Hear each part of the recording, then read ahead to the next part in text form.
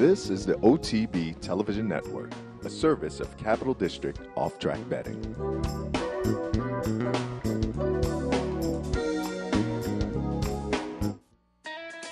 Broadcasting live from the Capital OTB studios, this is the Handicappers Report.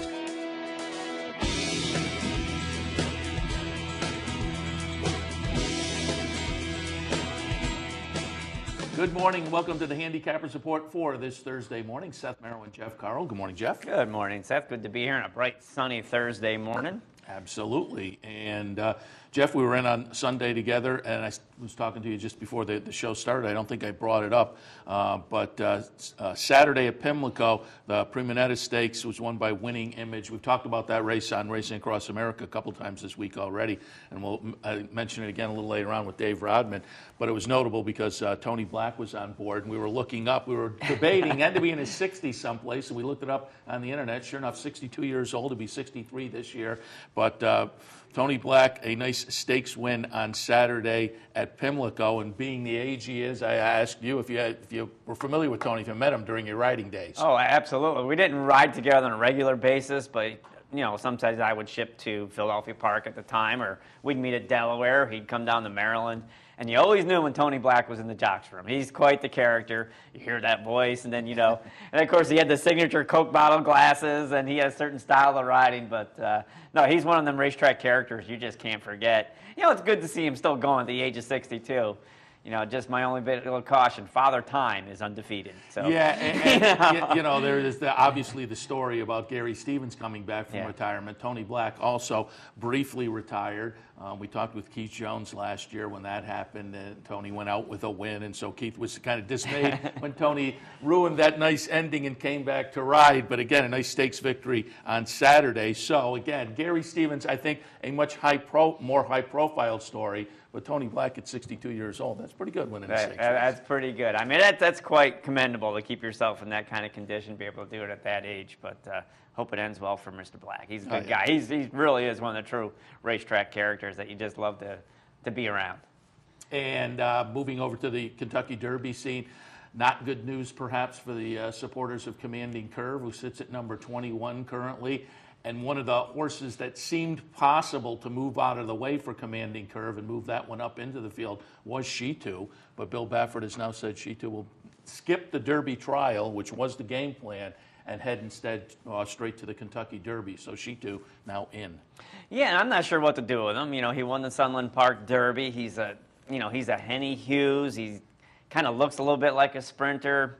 I don't know if the mile and a quarter is going to be in his wheelhouse, but you always have to respect Bob Baffert when he runs a horse in the Derby, and this horse does have obviously enough early foot that he's going to be forwardly placed somewhere in the pack. I'm not sure exactly what to do with him, but as you said, he's not going to run the Derby trial. He's going to point for it, and starting to shape up. I think we have a pretty good idea who's in and who's out at this point. Yeah, and as I say, maybe not good news for Commanding Curve. At this point, I'm more thinking probably we're looking for a horse to come up with a ding in the next few days, as opposed to deciding not to go, because it seems like everybody at this point is kind of looking to get into the field. And I'm just kind of trying to look it up here. But in the same article about She Too, I can't find it right off the hand, but Bayern is also entered in the Derby trial. Mm-hmm.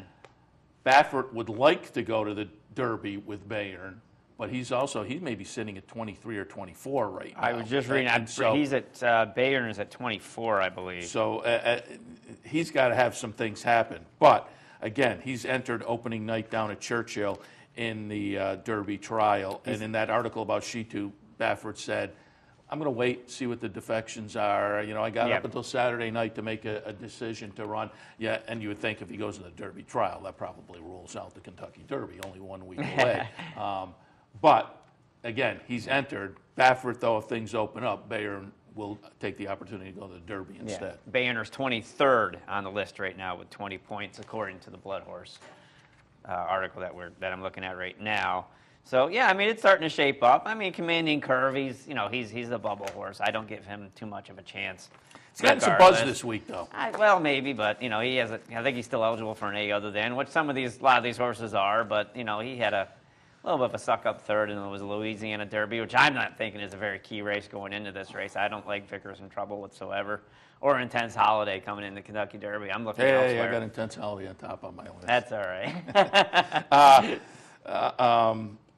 But we haven't spoken since Cairo Prince was eliminated. I mean, to me, we talked about it several times. That was a little bit of a question mark that, I thought, well, I had to see how he was going to train coming into the Derby. It's a moot point right now, but, that was my thought, last week. Oh, I have to see how he trains. Does he look like he's moving forward? Maybe something was brewing, in that Florida Derby, and because he really didn't put out much of an effort.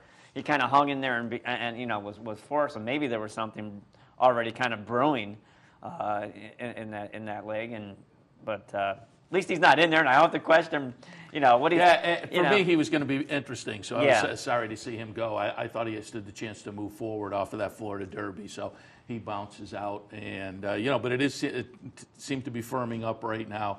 And all the logical contenders are in there. And so at this point, as you say, got to kind of watch the workouts, read what Mike Welch has to say, and see if some of these horses are either taking very well to the track or not so much. If they're in the middle, then I'm just going with my normal handicapping. But otherwise, occasionally some of these horses just don't take to that Churchill surface. Some others really have an affinity for it. And over the next few days, we'll get more of an idea about that. Yeah, there's only two horses I really have question marks on, and not so much in a negative way. Danza, on the Arkansas Derby, I'm not sure what to do with him.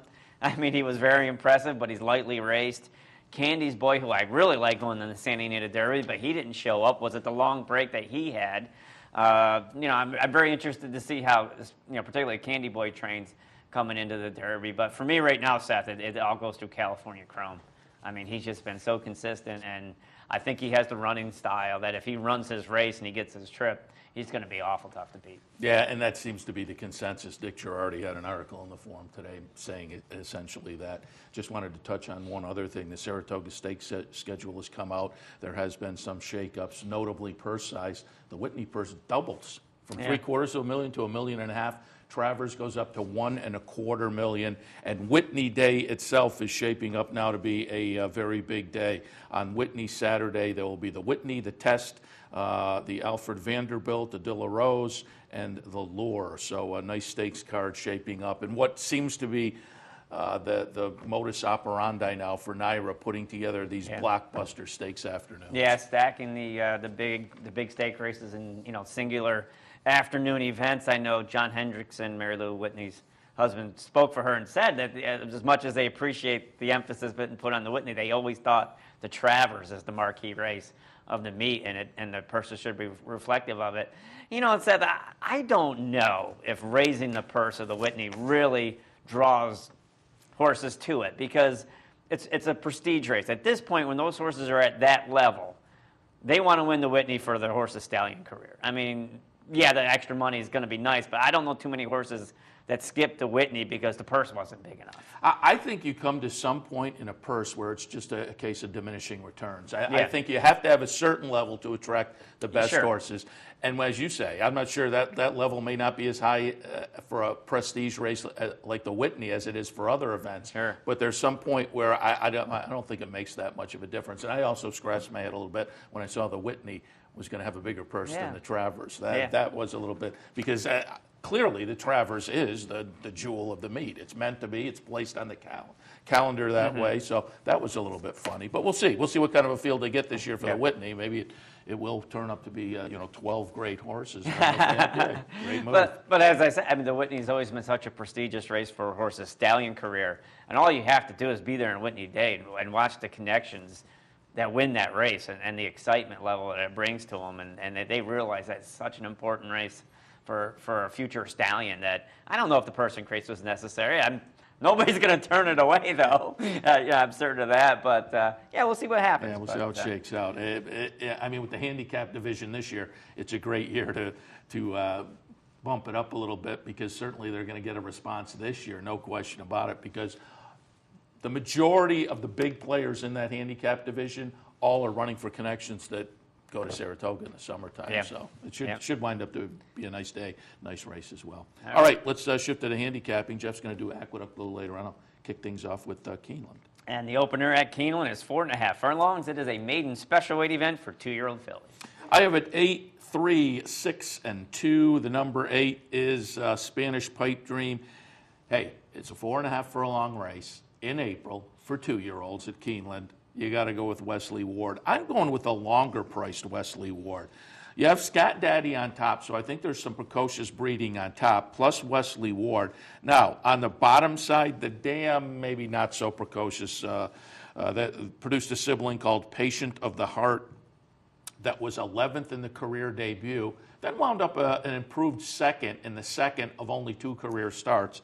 Another sibling called Hookah Lady that took 5 starts to win. So again, on the bottom side, I'm not that convinced, but you do have Wesley Ward. You do have a sire on top that I find interesting. So I'll take a little bit of a shot with the number 8 Spanish Pipe Dream, the other Wesley Ward.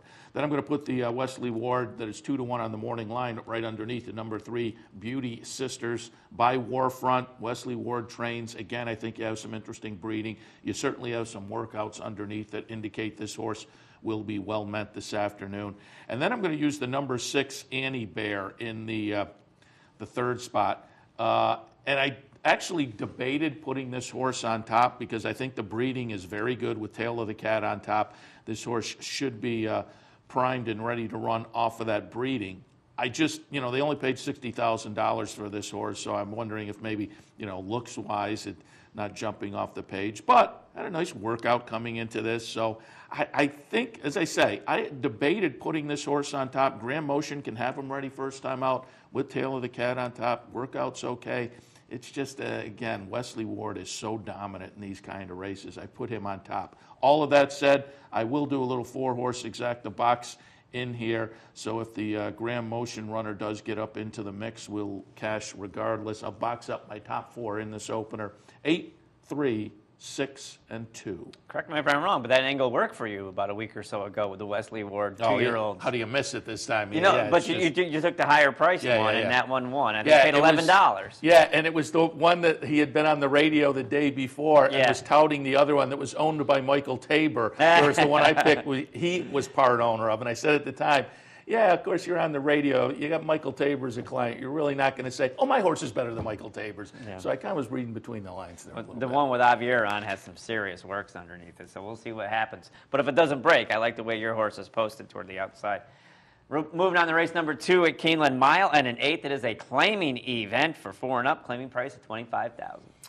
The 1 entry, the 2 entry, 7 and 8. And on top, I have the 1 entry, and I think both halves look capable.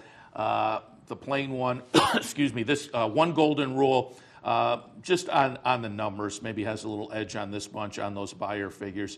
Both of these, we're talking Ken and Sarah Ramsey and Mike Maker, so you certainly have very potent connections. So the number 1 on the numbers, the 1A, Lay It Down, is a horse with some early speed, and speed has certainly been kind of effective the last few days at Keeneland, so that one gets my attention in that direction. Castellano named on both, so it may be a one or the other situation. But again, regardless, I think if one scratches and the other one goes, I think either one of the 1 entry will stick on top for me. Underneath, 20-1 on the morning line. I find this kind of interesting. Both halves of the 2 entry, I think, are kind of interesting. They both seem to have perhaps a little early speed. And again, speed over the last few days seems to have been good, and this seems to be kind of a paceless race. So you go back to that race 2 back for the plain 2 Haywoods at Presque Isle Downs, was pressing a pretty hot early pace. So again, I think this horse can show some early pace in a race that otherwise doesn't have it. But then you go out to the 2B Tahoe Warrior, and clearly there's some early pace there. Might benefit from that seasonal debut last time and drops off of that. This is an 11-year-old, might have needed that last one to get some fitness. But again, might be the one to catch in a race without a lot of early speed otherwise. And then we'll go with the number 7, Regulus, another horse that's shown some early speed. So really, the 2 entry and 7 are the horses that I think potentially can go out there and show some speed. Speed's been pretty good. Otherwise, this is a race that doesn't have much of it. So both the 2 entry and the 7, interesting to me on a pace angle, but I'm going to put the 1 entry on top. Again, 1 entry, 2 entry, 7 and 8. Moving on to race number 3 at Keeneland. It is 6 furlongs. It is a claiming event for fillies and mares 3 and up, which have never won 2 races. Claiming price of $40,000. 6, 8, 2, and 7. The number 6 is Indigo FMA. It is Wesley Ward, Ken and Sarah Ramsey, so you have some connections that like to win. They claimed this horse last time out in Southern California. I don't think that's a normal move for Ken Ramsey. He's a guy who plays the claiming game and plays it very well.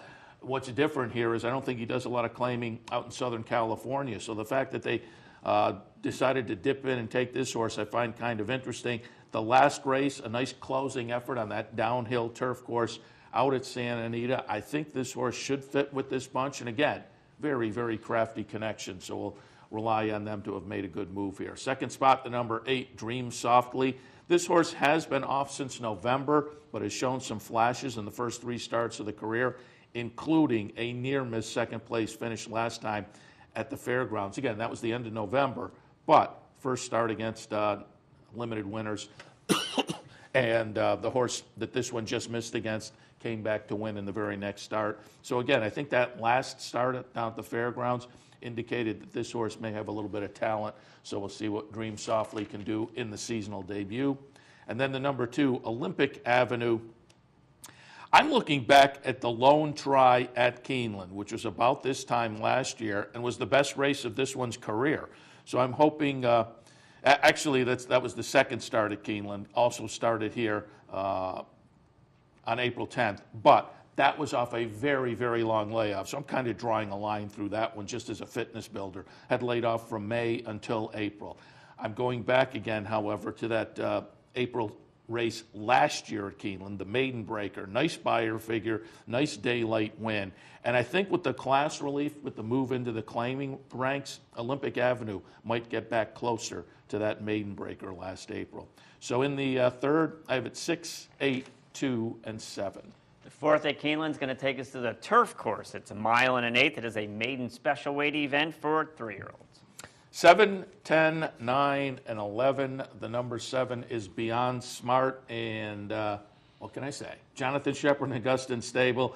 This is a European import. Showed a little bit of life over in Europe, but again, I like, obviously, I'm a big Jonathan Shepard fan. We're getting 12-1. I think this horse is absolutely eligible to outrun those odds. So I'll put Beyond Smart on top, roll the dice a little bit in here with my man Shepard. Second spot, the number 10, Blarp. The last effort, nice 76 buyer figure.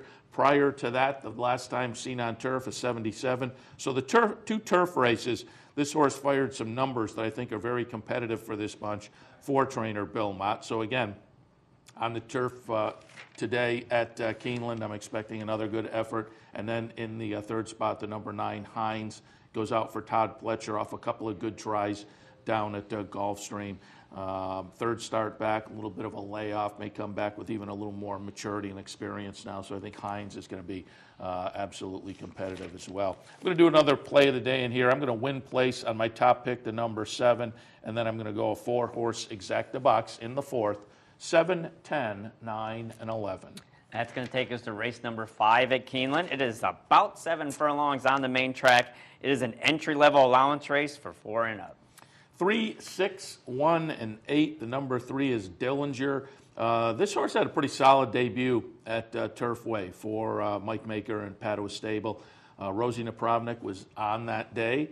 She's on again today. So I think off of that Maiden Breaker, this one is, didn't make the debut until 4 years old. It was over at Turfway, but we have a nice workout at Turfway coming into this. This horse has obviously shown an affinity for the synthetic, and I always say I think the Turfway horses get overlooked a little bit at Keeneland because I think class-wise folks look at some of these other tracks horses are coming in from and just overlook the Turfway horses a little bit. But I think this one, Dillinger, has some talent. We'll find out more today in the second career start.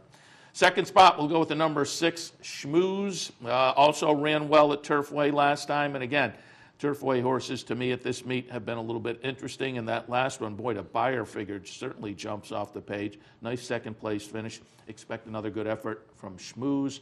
And the number 1, Holy Whirlwind. This horse has shown some early speed. Again, speed over the last few days at Keeneland seems to have been interesting. This horse has been off since December, but those races that we saw were on the synthetic at Woodbine. So again, should have an affinity for this track. He's run over this Keeneland strip once before. Ran an okay second about this time last year. So I'm expecting a decent effort again today from Holy Whirlwind. In the fifth, 3, 6, 1, and 8. And there you have it. Set selections for races 1 through 5 at Keeneland. We need to take our first break, but when we come back, we'll finish out today's Keeneland card. So please stay with us. You're watching the OTB TV Network. I'm Seth Merrill. Join me weekdays at 10 for Racing Across America. We'll look at important races from around the country, get insight from top handicappers and analysts, and preview the upcoming week in racing. That's Racing Across America, weekdays at 10, right here on the OTB TV Network. It's called the fastest 2 minutes in sports, and the tradition continues Saturday, May 3rd with the 140th running of the Kentucky Derby. If you can't make it to the Clubhouse Racebook in Albany, you can still be a part of the action by visiting one of our many Easy Bet or branch locations conveniently located throughout upstate New York. For a complete list of our Easy Bet and branch locations, log on to capitalotb.com. Capital OTB and capitalotbbet.com. The most convenient ways to wager on all the Triple Crown races.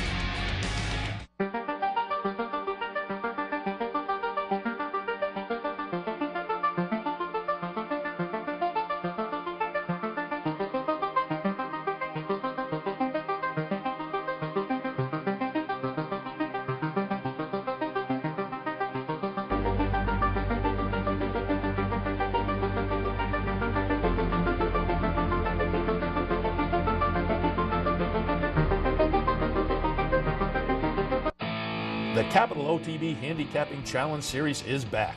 That's right, the 2014 Capital OTB Handicapping Challenge Series is back, and it's your chance to win thousands in cash and prizes, and a seat at the 2015 Handicapping Championship in Las Vegas.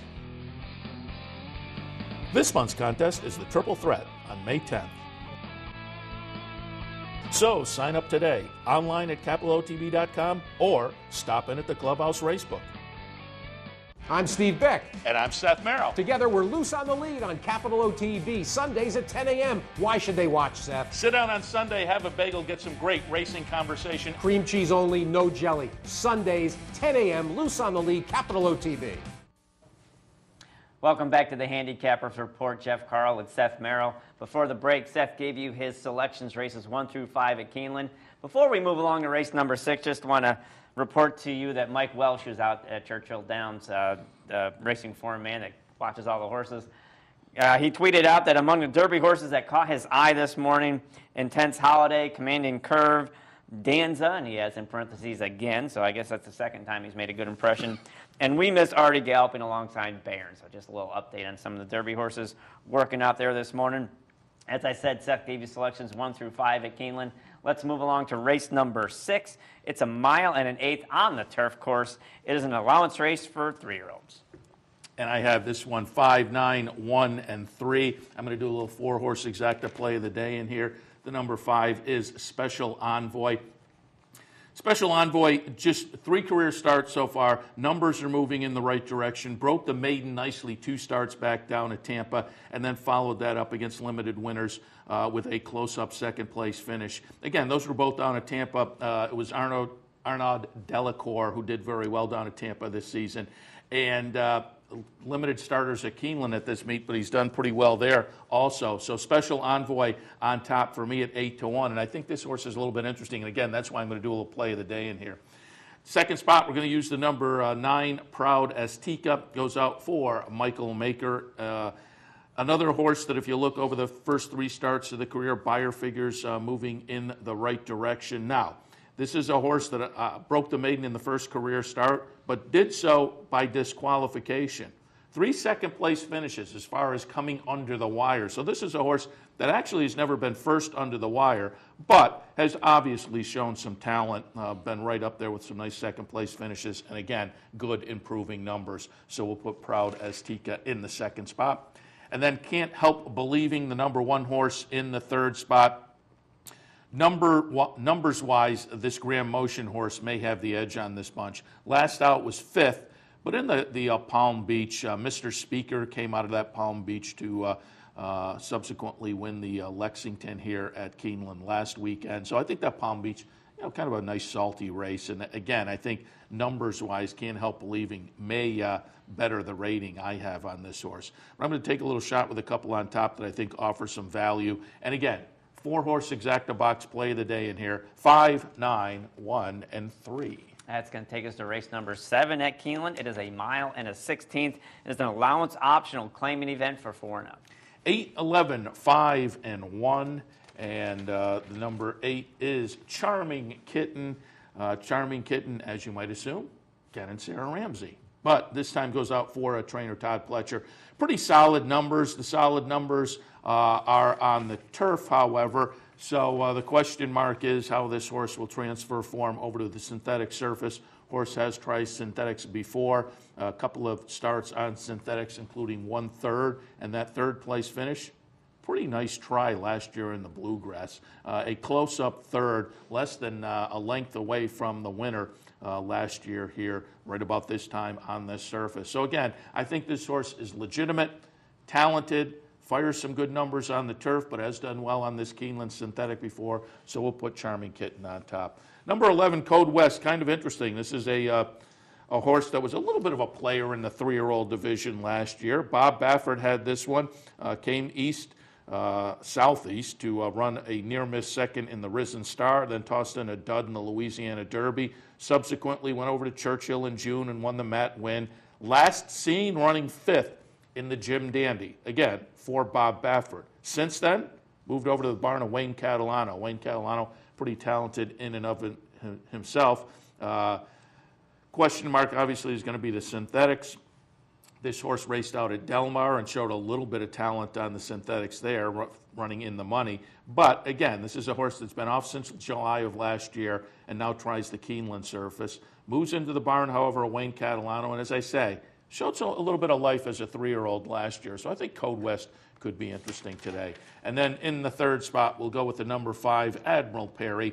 8-1 on the morning line. I think that's a nice price for a Shug McGahee horse that I think might stalk and pounce in a race that I think has a lot of early speed. And I said earlier, speed has been, the track over the last few days at Keeneland seems to be conducive to speed. But I think there's so much speed in here that this whole race may set up for a horse just kind of sitting in a good, mid-pack kind of stalking position and make a late move. And that seems like Admiral Perry.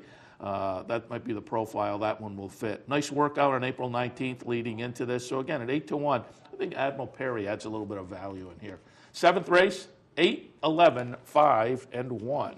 That's going to take us to the featured 8th race at Keeneland. It is the running of the Bewitched Stakes, 1.5 miles on the turf.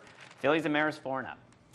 8, 9, 11, and 6 for me, and why not? I'm going to go with my man Jonathan Shepard in Augustin Stable again. And I must admit that this is one of those I'm maybe married to a little bit, because if you look back on the past performances, October 2012, this horse was entered and ran in the Grade 3 Valley View right here at Keeneland and won that day at 27-1. And I had this one singled in a 50-cent pick 3, going all on either side. Still the honeymoon stage, yeah, right? Exactly. So this horse made me very happy, although made me sweat for it, because as you can see in the past performances, won that day from far off the pace by a nose. And I'll tell you, watching under the wire, I had to wait for that photo to be decided. But it wound up to be a very nice pick 3 that day. So again, I'm kind of stuck on this horse a little bit. Hasn't gotten to the winner's circle since then. But I just find this horse kind of interesting. Again, having done well on this course before. Last fall in the Dowager, ran an okay third after having taken the lead late at 9-2.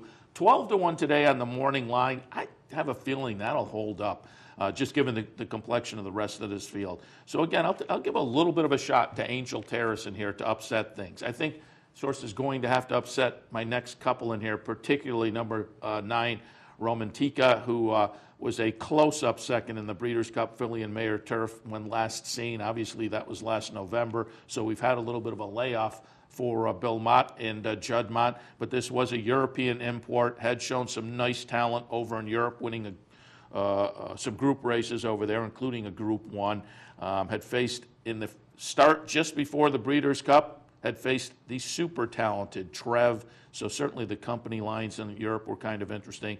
And as I noted, lived up to that with a close-up second-place finish to Dank in that Breeders' Cup race. Now makes the 2014 debut, and I think Tika will be the one to beat. But the number 11, Agua Marine for Christophe Clement, I also think is a very talented filly and mare turfer. Another one that's been a while since we've seen a win, hasn't gotten into the winner's circle since Gulfstream in March of last year, but has only had 5 starts since. Should run well today off a couple of Gulfstream starts to begin this season. So in the Bewitched, which I find to be a very intriguing race, 8, 9, 11, and 6. That's going to take us to the finale, race number 9 at Keeneland. It's 7 furlongs. It is a claiming event for 4 and up, claiming price of $10,000. 8, 9, 6, and 12. And in the 9th, I have the number 8 on top, Exultant. Just on the class relief. Last time out was in a 25,000 claimer here at Keeneland. Didn't show a whole lot that day. Number-wise, though, I think compares with this field. And we should get a much, much better performance today with the claiming price being cut by more than 50%. So I think Exultant on the class drop is going to be very, very competitive. Number 9, Format V, goes out for Tommy Amos and Maggie Moss. Again, as noted earlier on the card with some other connections, these are very, very crafty claiming connections. Claimed this horse 3 starts back at Delta Downs for $10,000. Came back in an allowance event, didn't show much there, and then tried a turf sprint in a optional claimer, not running for the tag last time out at the fairgrounds. Didn't show much there. In fact, was pulled up and vanned off. That was on a yielding course down at fairgrounds. I think this horse is primed to run better than that today. Again, I think these are crafty connections, and I think the horse is probably well spotted at the 10,000 level. And then Manx, the number 6 horse. I'm just going to the numbers prior to the last start. That was about mid-December over at Turfway. Obviously, the question mark will be the layoff, but does get some class relief off of that layoff, which might mitigate the time on the bench. But again, looking at the numbers just prior to the last start, I think this horse could be a cozy fit with this bunch. In the 9th, 8, 9, 6, and 12. And there you have it, set selections for today's Keeneland card. We're going to take another break, and when we come back, I'll give you my picks for Aqueduct. So please stay with us. You're watching the OTB TV Network. It's called the fastest 2 minutes in sports, and the tradition continues Saturday, May 3rd with the 140th running of the Kentucky Derby. And there's only one place to watch it, the Clubhouse Racebook. To be a part of the excitement, reserve your seat today by calling 446-4010. Wagering at CapitalOTBBet.com is as easy as 1, 2, 3. 1. Capital Bet TV, the fastest and easiest online wagering experience where you can monitor 5 different tracks simultaneously. 2. Capital Bet Express. Its straightforward program layout and interactive handicapping information lets you build your wager quickly and efficiently. And 3. Capital Bet Pro, designed especially for the professional horse player. CapitalOTBBet.com. Log on today. Each morning on the OTB TV network, you get the very best in horse racing programming. Weekdays begin with the Handicappers Report, where professional handicappers share their selections and analysis of the day's racing. Followed by Racing Across America, a daily conversation with racing personalities from around the country. Saturdays include Down the Stretch, where Mark Casano speaks with the biggest names in racing. And Sunday mornings, it's Loose on the Lead, where Steve Bick and I offer news and a unique lineup of weekly guests. All here on the OTB TV network. I got it. Watch me. I got it. Hey! I got something that makes me want to shout. I got something that tells me what it's all about. I got a move that tells me what to do. If you don't, brothers and sisters, then you won't know what it's all about. Missed one of our TV shows? No worries. Now you can catch all your favorite programs online. Simply log on to CapitalOTB.com and click on the YouTube link at the bottom of the homepage. And look for our new podcast coming soon. CapitalOTB.com. Log on today. Welcome back to the Handicappers Report on this Tuesday morning. Seth Merrow and Jeff Carl. I just took a look at Keeneland. Jeff will now shift our attention to New York and Aqueduct for this Thursday afternoon, their opener. It is a state-bred maiden claimer, $16,000 tags, 3-year-olds and up, going a mile. They are fast and firm at Aqueduct today. In the opener, I'm going to go 2, 3, and 1. The number 2, Marlins Wonder. I think he's going to benefit from the experience of his debut back on April 10th. It was at this level. It was at 7 furlongs. He broke slowly that day. Got a lot of dirt in his face. He kind of trailed around there, but he kind of hung in there and hung in there.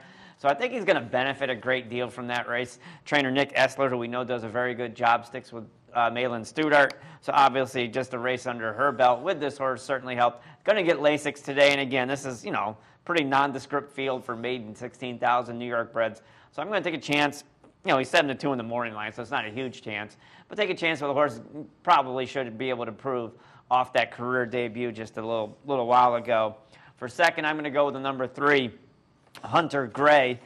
They're swapping 10-pound apprentice riders here. Katie Davis rode this horse last time, now going to Francisco Valentin. That's my boy there. He has a little trouble getting out of the gate sometimes, Francisco does. But once he gets out of the gate, he really doesn't look bad on a horse. And coming down the lane and everything. I think somebody just needs to work with him coming out of the gate. I think he needs a little bit of experience. But the number 3, Hunter Gray, tired after setting the pace on March 23rd, going a mile at this level. Obviously, that was the best race so far of his 5-race career. Trained by Gabriel Goodwin. Doesn't win an awful lot of races, and I don't think this one will win today. I'm just hoping it hangs on there for second. I certainly wouldn't take this horse at 2-1, getting beat 11 1/4 lengths. But again, this is not a very, very tough event. Let's put him in the second spot. For third, I'll go down to the number 1, the Iron Furnace, who's 6-5, but he was bet a little bit his last 2 races. Went off about 7-2 and really was no threat in either race. In fact, he finished third, got beat 15 1/4 lengths. So again, this is a 6-horse field. These aren't the greatest horses in the world. Somebody's going to win. Somebody's not going to be a maiden after today. I'm just hoping it's the number 2, Marlins Wonder, 2, 3, and 1 in the Aqueduct opener. Race number 2 this afternoon, $16,000 conditional claimer for fillies and mares, 3-year-olds and up. They will travel 6.5. 2, 3, and 5 here, Seth. Number 2, Jealous is 1 for 22 lifetime, but the last 2 efforts have been pretty good under 7-pound apprentice Andre Worry. And again, maybe it's just a nice connection this young rider's making with this horse. 2 back, she was third, got beat 2 lengths, then was just a neck short. At the 12-5, never won 2 life level. This is 16,000. It's essentially the same horses. We got some bug riders hanging around. I just mentioned Francisco Valentin, Katie Davis. I don't know if they're going to hang around when the main riders come around. Taylor Rice has cooled down a little bit. Larry Mejias is doing a good job. But it's time of the year where you might only have 1 or 2 apprentices that are really going to be effective, especially when Belmont starts out. So, I think Andre Worry's got some upside to him. But again, I think he just needs a little bit more experience. But again, I think he likes this horse. This horse gets along well with him. Although Jealous is 1 for 22 lifetime, let's put her into the top spot. For second, let's go with the number 3, Heavenly Girl, who's going to be cutting back to a sprint after fading, setting the pace, going a mile, 16,000, never won 2 life. That was on April 11th, And this one fits a little bit more of the profile that I like, horses in these never win 2 life conditions. She hasn't been stuck in it very long. In fact, her last start was her first start against winners. But I thought she was going to run a little bit better than that, and maybe the field that she demolished 2 starts back was pretty weak, because she just really had no excuse and was a distant second that day. So again, you might be splitting hairs between my top 2 choices, but I'm going to go 2, 3. And for third and number 5, You're Okay by Me.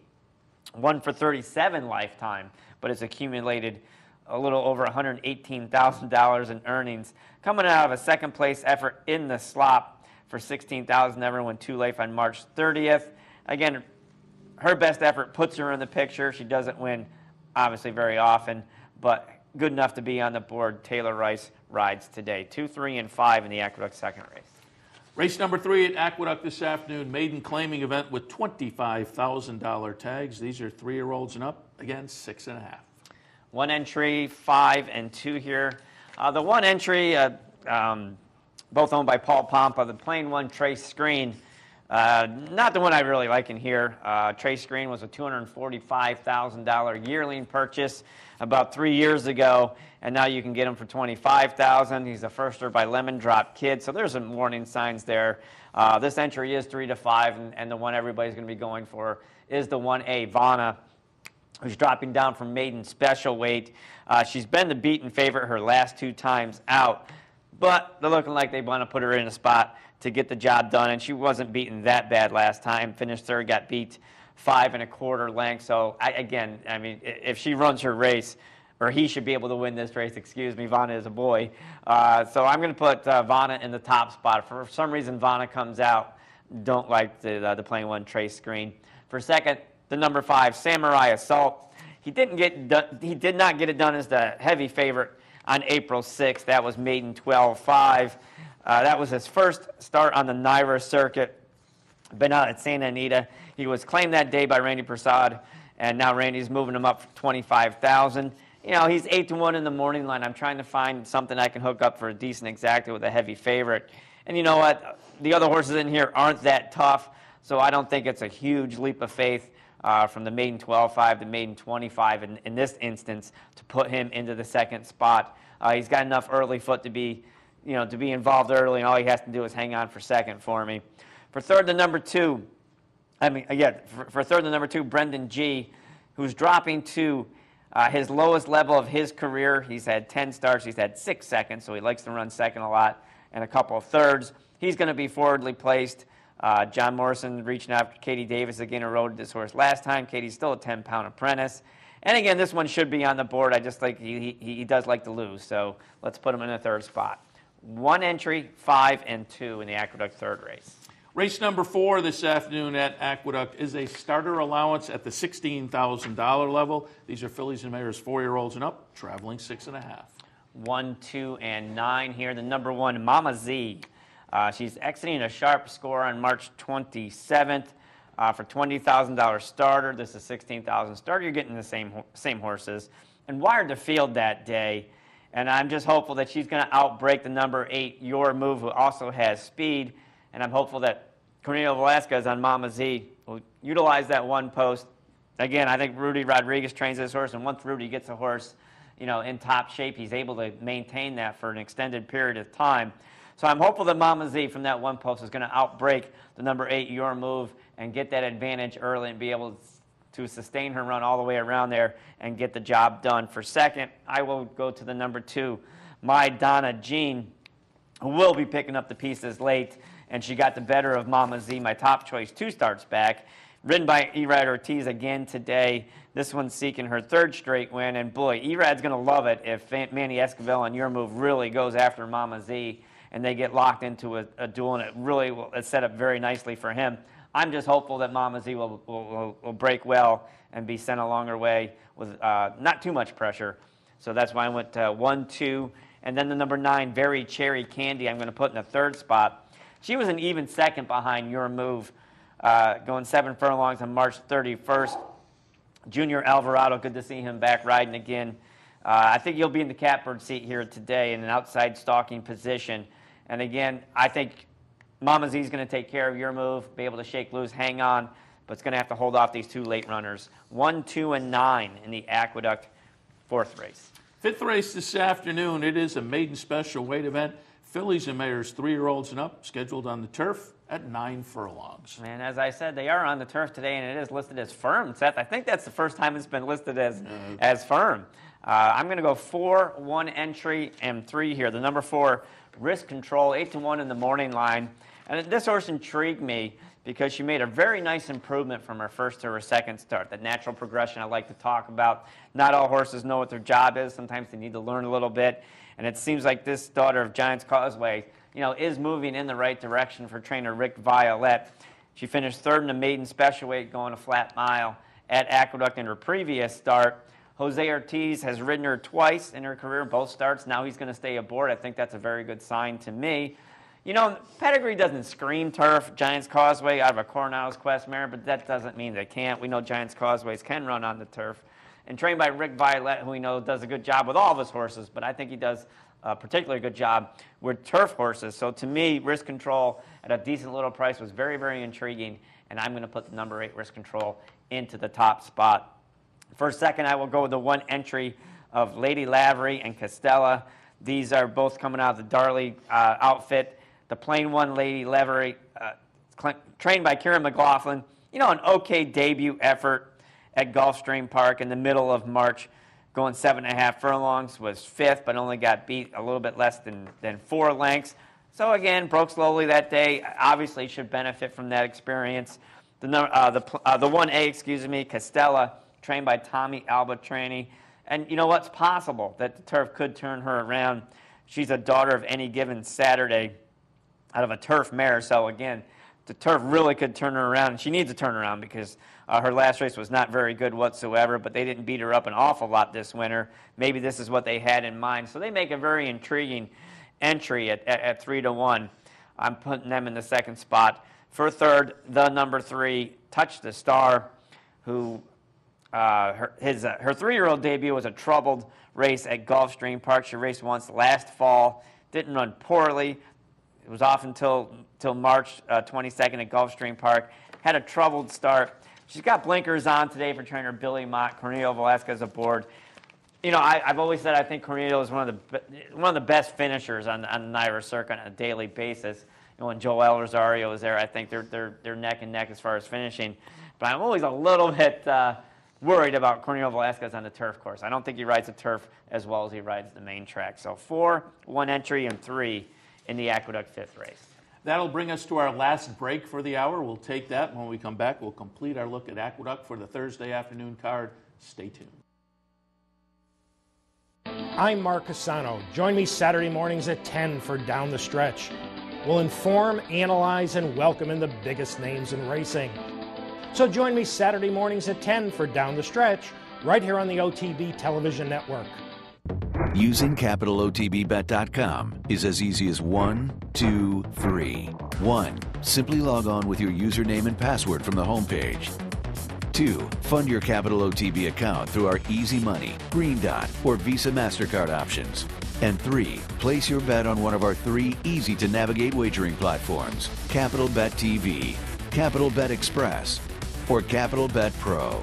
CapitalOTBBet.com. Log on today. The Capital OTB Handicapping Challenge Series is back. That's right. The 2014 Capital OTB Handicapping Challenge Series is back, and it's your chance to win thousands in cash and prizes, and a seat at the 2015 Handicapping Championship in Las Vegas. This month's contest is the Triple Threat on May 10th. So sign up today, online at CapitalOTB.com, or stop in at the Clubhouse Racebook.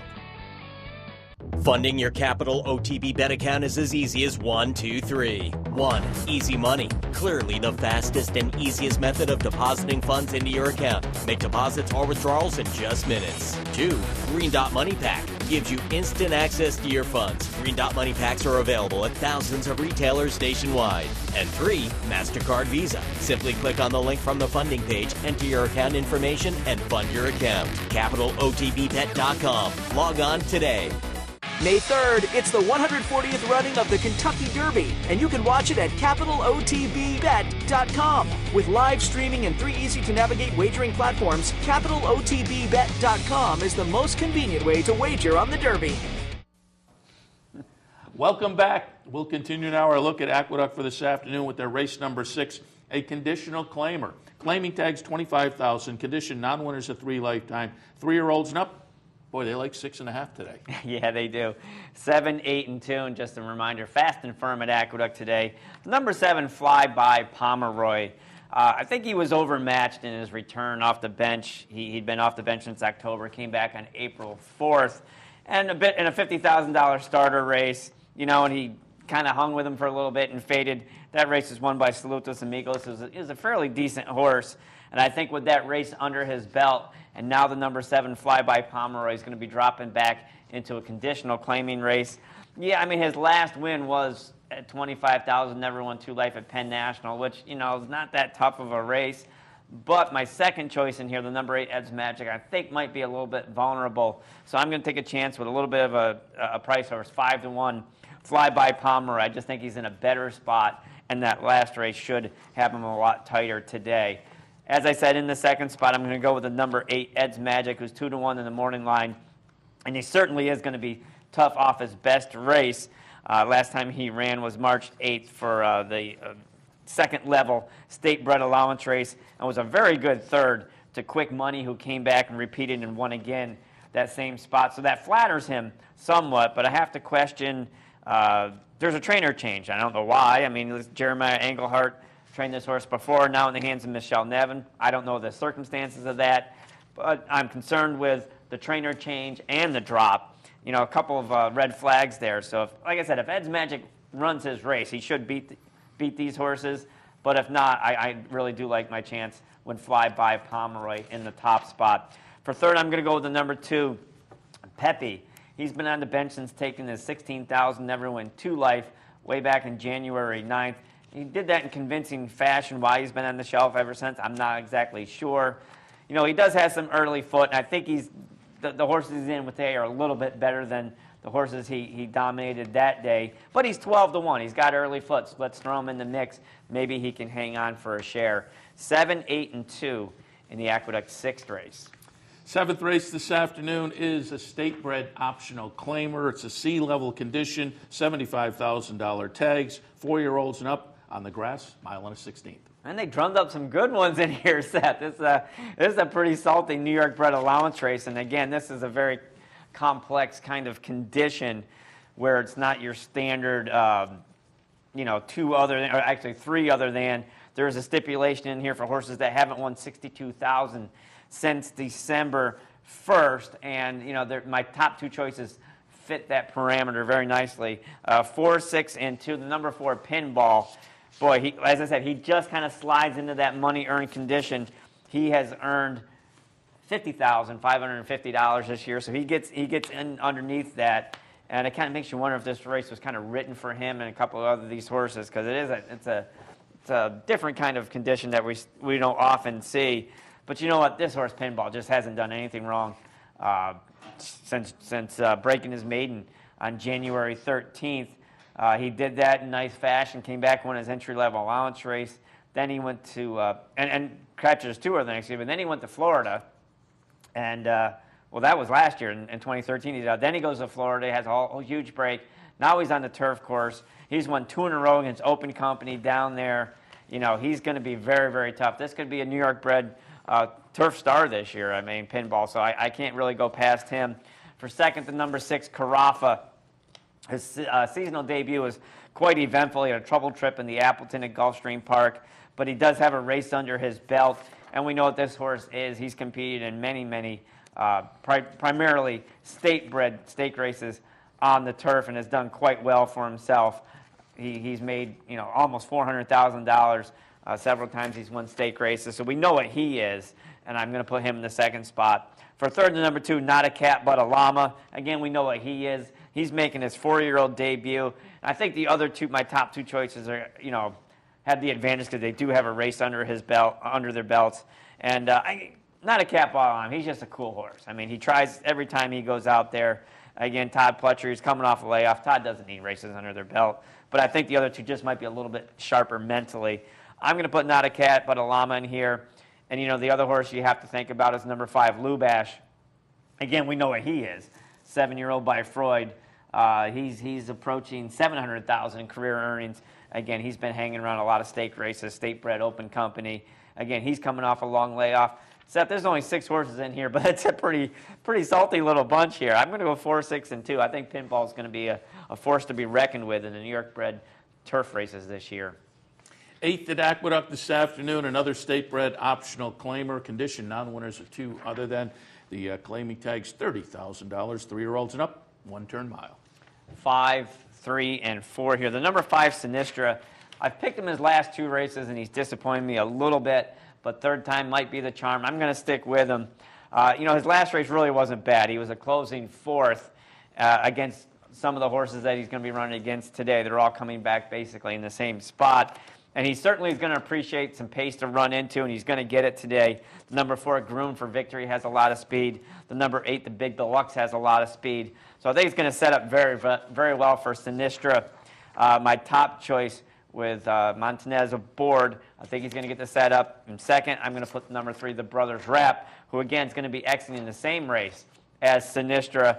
And he did beat Sinistra a nose last time, but they were right there together. I think the Brothers Rap will make the first run at the leaders, and I'm just hopeful that Sinistra can get his nose in front on this occasion today. So I went 5-3, and for third, the number 3, Groom for Victory, who I said has a lot of early speed, and I think he might be able to put away the Big Deluxe and hang on for a third. But I think this race does set up for couple of the closers. So why not go with Sinistra, who's 6-1, and the Brothers Rap, who's 6-1, also in the morning line. I don't know if you're going to get that, but there's a little bit of value there in a race I think really sets up well for him, because the other horses, they've got plenty of speed. Should set up nicely for those two. Once again, 5-3-4, Aqueduct 8th race. 9th race this afternoon, the maiden claimer, $35,000 tags. Fillies and mares 3-year-olds and up. They're scheduled on the turf at 1 mile. 4, 6, and 2 here. The number 4, Send the Limo. She made a very nice debut effort for trainer Rudy Rodriguez and Erad Ortiz back on March 28th, where she finished third. Got beat a length and a half for maiden 40,000, going 6 furlongs. And I think that's going to be a nice springboard for this race, where they're going to move her over the turf. She's out of a Belong to Me mare, so she should handle the turf well. And again, Erad rode her last time. He's going to stay aboard today. That, to me, is a very good indication.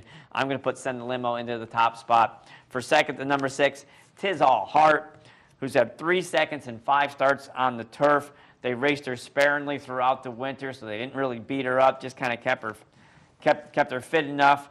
And again, she fits at this level on the turf. Let's put her in the second spot. Those are kind of obvious choices, so I tried to juice up my triple.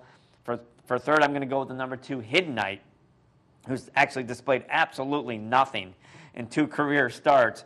But now trainer David Donk is moving this daughter of Divine Park, who's by Chester House, who should appreciate the turf, onto the turf. She's 12-1 the morning line. He's also putting blinkers on, and we know the kind of work that David Donk does with some of his turf horses. So that one, to me, could juice up my triple. 4, 6, and 2 in the Aqueduct finale.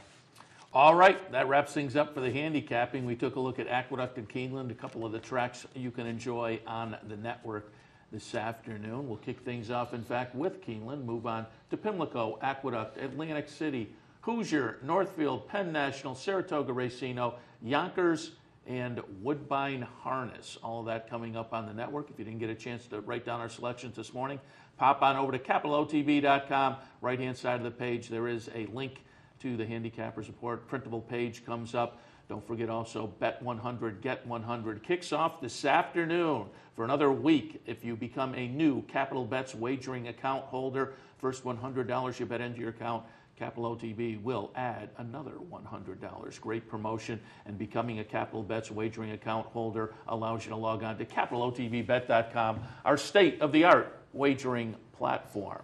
All right, that wraps things up for the Handicappers Report for this Thursday morning. Seth Merrow and Jeff Carl, thanks for joining us. Good luck this afternoon. Up next, Racing Across America.